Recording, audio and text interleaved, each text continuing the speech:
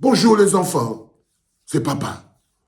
Mon mur est un asile psychiatrique à ciel ouvert et ma salle d'attente est toujours bondée. Bienvenue à la clinique Francis Ngannou. Il ne s'agit pas de toi, ce n'est pas toi la victime Francis Ngannou. Il s'agit d'une jeune fille qui était jeune, qui était pleine de vie, qui était à la fleur de l'âge, qui avait à peine commencé à vivre sa vie. Elle commençait à goûter le monde, elle commençait à construire sa vie. C'est une jeune fille pleine de vie, avec un avenir, qui devait avoir un mari, des enfants, construire sa famille. Elle avait droit à son avenir que tu as fauché au milieu de sa vie. On parle d'une jeune fille qui avait à peine la vingtaine, qui était pleine de vie, qui était là en train de marcher dans la rue à Yaoundé, qui avait des projets dans sa tête, qui avait l'amour de ses parents, qui avait certainement un petit copain, qui avait des copines, qui avait des projets. Le problème, ce n'est pas Francis Ngannou. La victime, ce n'est pas Francis Ngannou. La victime, ce n'est pas Francis Ngannou. La victime, c'est cette jeune fille.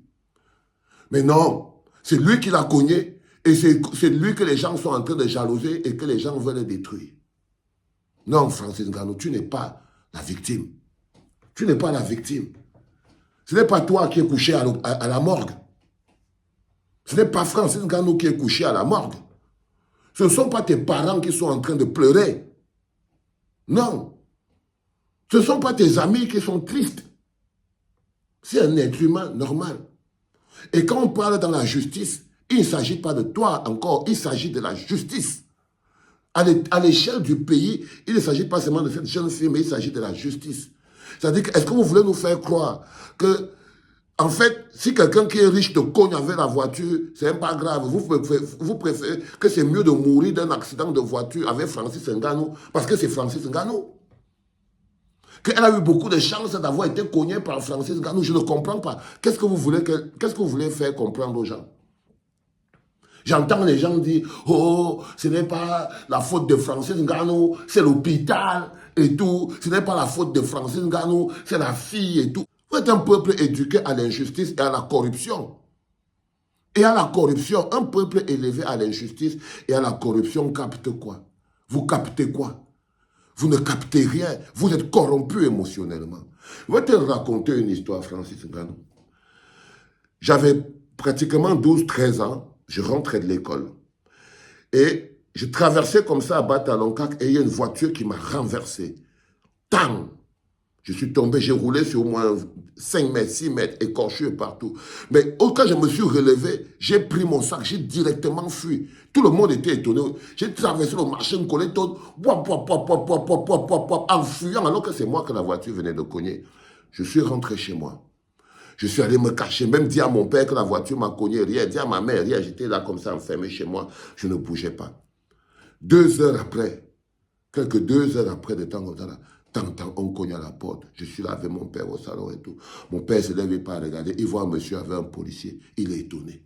Quand j'ai vu le monsieur là avec le policier, j'ai compris que c'était moi. Il m'a poursuivi jusqu'ici à la maison. Le gars cogne.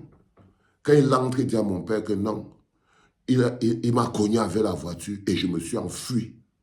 Il n'a même pas eu le temps de s'approcher de moi. Et je me suis enfui. Mon père me regarde comme ça, là, je pouvais me faire pipi dessus. Donc la voiture t'a cogné et tout. Et donc lui, qu'est-ce qu'il a fait? Il est parti d'abord à la police. Il est parti prendre un policier pour dire, je viens de faire un accident. C'est ça qu'on appelle un homme fort. Ce n'est pas un homme fort, ce n'est pas un homme qui tape les hommes pour vivre. C'est un homme qui est capable d'assumer ses actes. C'est un homme qui est capable d'assumer ses actes. C'est-à-dire que quand tu veux cacher, tu veux régler en dessous, tu n'es pas un homme fort. Tu es un homme qui est fort. C'est différent. Un homme fort et un homme qui est fort, c'est différent. Un homme fort, c'est quelqu'un qui naît avec la force. Il assume ses actes. Un homme qui est fort, c'est celui qui s'est entraîné. Il a commencé à charger, à faire le beaux-arts. Il est devenu musclé. Et toi, tu n'es pas un homme fort, Francis Ngannou. Tu es un homme qui est fort. Parce que si tu étais un homme fort, tu saurais que 6 mois de prison, tu dois aller passer bien sur homicide involontaire. Tu peux même sortir après 3 mois, mais tu as protégé la justice. Et tu n'es pas tombé dans le piège de celui qui sera contrôlé. Parce que dès que tu fais déjà ton pacte avec le système de conservation de pouvoir, que tu causes la mort de quelqu'un et tu continues d'être libre, sache que tu leur appartiens. Sache aussi que à partir de là, tu leur appartiens, fiston. À partir de là, tu leur appartiens. Peut-être que tu leur appartenais même déjà. Mais je te racontais que le type m'a cogné, il est rentré, il explique à mon père qu'il m'a cogné avec la voiture. Mais je me suis levé sous le choc, je me suis enfui. Il est parti à la police. Ils ont fait les enquêtes, ils ont parlé et tout. Jusqu'à ils sont revenus chez moi. C'est la police qui a fait qu'on a trouvé ma maison. À l'instant T, là, on m'a amené à l'hôpital. On m'a amené à l'hôpital pour regarder si j'avais pas un traumatisme crânien, si je n'avais pas eu un œdème, si j'avais pas... Mais le type avait dit que non, en ce moment précis, vu l'ébullition dans mon... Je dois rester 2 jours à l'hôpital. Je suis resté 2 jours à l'hôpital.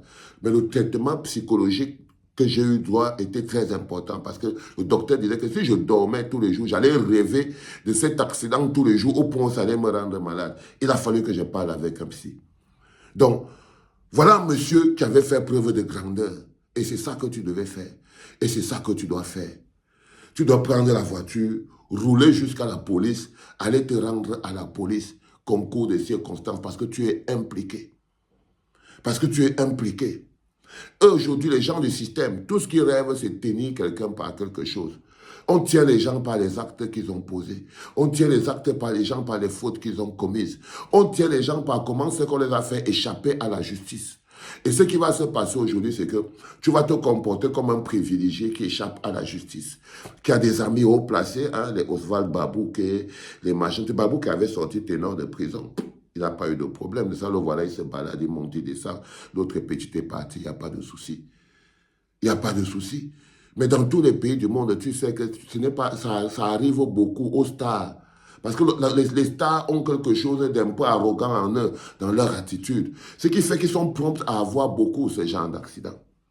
Ils sont prompts à avoir, mais les grandes stars partent se rendre à la police.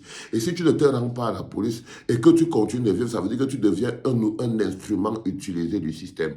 Il va te dire, fais la campagne pour Paul Biya ici, tu ne pourras pas rien faire. Fais le poster ici, tu ne pourras rien faire parce que tu as causé la mort de quelqu'un et ils t'ont laissé.